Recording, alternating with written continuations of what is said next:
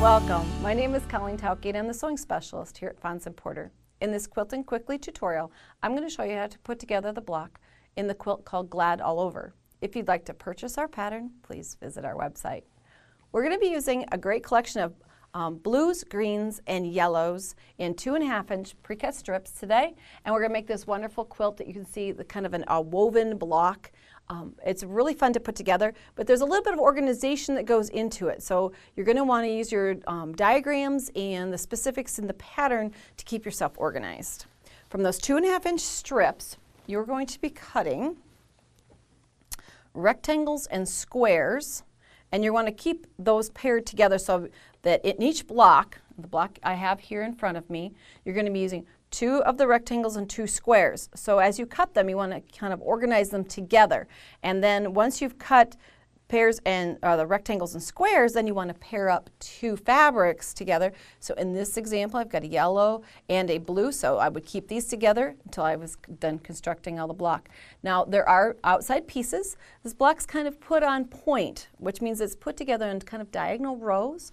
So we also will need, from strips in that background fabric, you're going to be cutting 3 3/4-inch squares. So we're going to have a strip that you're going to cut squares off of. And I've even given myself little cheat sheets. You'll probably want to do the same thing. So from these squares, you're going to cut these in half, corner to corner, just once. And you're going to make triangles that look like this. So once we have those triangles, we need 4 of them for each block. And then from the other strip of background fabric, we're going to cut a 4-inch strip. We're going to cut squares off of it, and then from those squares, we're going to cut diagonally in both directions to cut quarter square triangles, and I picked them up by accident. These are cut, like I said, cut both directions, and they're called quarter square triangles, and you'll need 4 of those for each of the blocks that you see here. Now, for the construction, how do we put all of that together to look like this?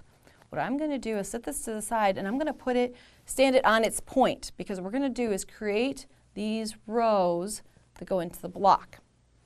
So first what we're going to do is orient everything, kind of get it in our head. We've got a rectangle here. Then we're going to take a rectangle of the yellow. Oops. It's all about getting organized for this one. And then we're going to take a yellow here. Now we're going to go again. We're going to do the yellow square, the blue square, yellow rectangle, and then finish here with a blue. So we're just talking about the color portion here, not the background yet, just to try to get the orientation so that you can see that these are like fabrics here and here. The blue kind of goes through the center and kind of makes a weave. So what you want to do is you're going to join these into rows, here and here, and I have some of those already constructed, so I'm going to pull those out quickly, put in the rows that I have already stitched together. Now you got to make sure you get them oriented right. The blues should go opposite. So what I've done here is I've pressed all my seam allowances toward that center square here and towards the center one here. That means that when I join these together, I'll have opposing seams here. Seam allowances going in opposite directions, so I can get that nice, neat center join there. So it looks like the blocks just kiss each other. And then orient these blocks, because next thing we're going to want to do is be able to join these together, but we've got some missing spots here, right? So remember those quarter square triangles we created? Now go into these positions. And the best way to do this is just to lay it out near your sewing center so that when you pick things up, you keep everything organized. Now here's one other little tip that you can pick up. I have gotten a hold of some of these little tiny applique pins. They're shorter and they don't kind of get in your way when you're sewing. So what I want to do is I want to orient these so that I can take them to the sewing machine and not drop all my pieces on the way to the needle, right? So I'm going to lay these right sides together in the position they're going to need to be in, and I'm just going to put this little pin in, just kind of tag them together so that when I get to the sewing machine, they'll be in the proper position. So I can always reposition later, but this way I know I haven't twisted and turned anything. So I would take these to the sewing machine, and I've got some that are already joined. I'll show you how I've done that. Just keep stepping through. So here I have them pressed. So seaming, 1/4 inch seam there, pressed toward the outside. Got one there. There's second one is the same, 1/4 inch seam, press seam allowances to the outside, and it goes there. Now I can join down through the rows. I need to join the very center ones first. That's the easy one because we got opposing seams, remember about that pressing.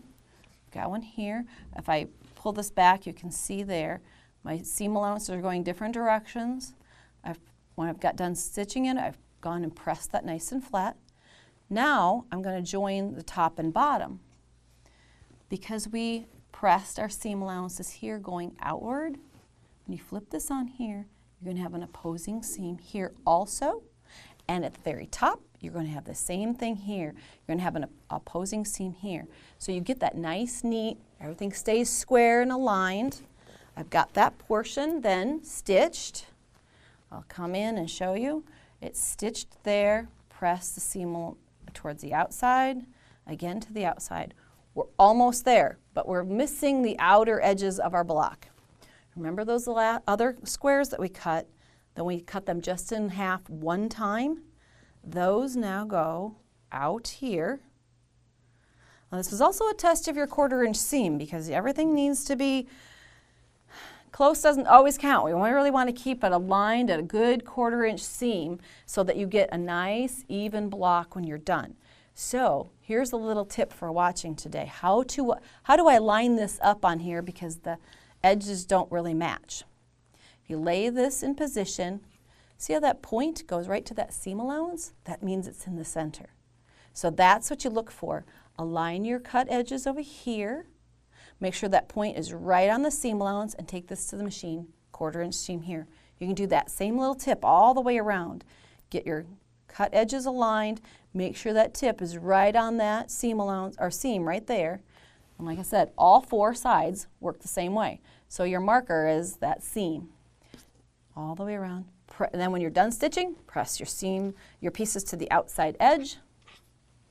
And those are the pieces there trimmed, little dog ears off, and you've got the block for Glad All Over. Now, you just need to go and repeat that process quite a few times. Follow your instructions for the number of blocks you're going to be making. This quilt is also done, we have something we call pre-sashing, which means that you're asked to cut a number of sashing bars like this, and you're going to attach them to just one side of a certain number of blocks. And I'll show you in the quilt behind me. See how the blocks don't actually touch each other? That's where that sashing bar comes into play. But you're going to leave some of the blocks without a sashing bar here because it has an outer border. So make sure that you follow the instructions for how many blocks get pre-sashing and how many you leave without. Then when you go to put the rows together, there's also a sashing bar that goes all the way across the block so that you can have those pieces kind of float in your block. Finish it with a navy blue binding and you are glad you're done. Glad all over. If you'd like to see more of our Quilting Quickly tutorials, please visit our website. Thanks for joining me.